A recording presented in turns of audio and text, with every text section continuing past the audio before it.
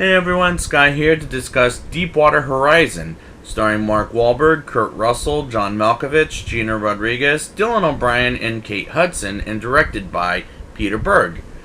Now, before I get into this, I must confess that I have seen this in theaters. It's just been since that viewing. So, what do I think of it then versus now? Well, I remember liking it, but let's see if it remains true. Let's get into it. On April 20th, 2010, Mike Williams, played by Mark Wahlberg, wakes up for the day with his wife Felicia, played by Kate Hudson, who I've originally seen in this movie. And I like their chemistry as husband and wife. And for what little they do to each other in this movie, and I thought they pulled off their chemistry really well. I also like their daughter's presentation on what he does for a living at her school. Andrea Fleitas, played by Gina Rodriguez, who other than works with Mike at their station called Deepwater Horizon, which is the title of the movie, but she's also a mechanic. But that character doesn't do much in this movie, and in my opinion is probably the weakest character in here. Mr. Jimmy Harrell, played by Kurt Russell, who I don't mind as an actor, I must confess. I found it funny when he's in the same movie as his daughter Kate Hudson, because the only scene they have together is at the end. But I like him here as Mike's boss, but the character is a little flat. Caleb Holloway, played by Dylan O'Brien from the Maze Runner trilogy, is the driller and the oil discoverer, and honestly, he's way out of place for being in this movie because he's in his 20s, if I'm not mistaken. And I believe you've got to be around like late 20s, early 30s, and he was around early 20s.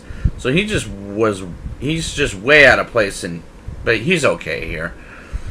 Vidrine, played by John Malkovich, is one of those assholes from Corporation who's careless as a character, and I don't really like this character, and like Kurt Russell, I don't mind him as an actor, but the character is very improper. I like the story, but don't care for the characters as much. I feel like the plot is taking way too long to get to the incident that happened in the ocean or Gulf of Mexico 8 years ago. And I'm enjoying this movie, but there's some pacing issues unlike last week's movie Lone Survivor. The incident was caused by Vidrine's selfish act, and I feel like that asshole should die for his actions, for the fact he wanted to keep getting mud out and oil coming inside in the Deepwater Horizon, and it will eventually catch on fire, and Jason, who's in charge of the oil, shouldn't have listened to Vidrine in the first place. When a seagull goes into a ship and suffocates, I swear to God it looked very fake CGI. And why have CGI in a biography movie in the first place? You've got me. Andrea calls for a mayday and tries to get help, but her boss is a dick, and Andrea calls for it anyways, and I like how she does her job and doesn't listen to that dick in the first place. That may be her best moment of the film, but still a very weak character. Mike almost gets killed by the door to his office and gets out of it alive, and Felicia watches the TV and finds out that Deepwater Horizon is having an incident. And I like how the wife worries about her working husband in the Gulf of Mexico. Mr. Jimmy gets hurt pretty badly in the shower and has glass on his foot. That's gotta hurt. And I like Kurt Russell's reaction in that scene. I really like how Mike comes back for Mr. Jimmy, Caleb, and Andrea, and maybe some others, to save their lives.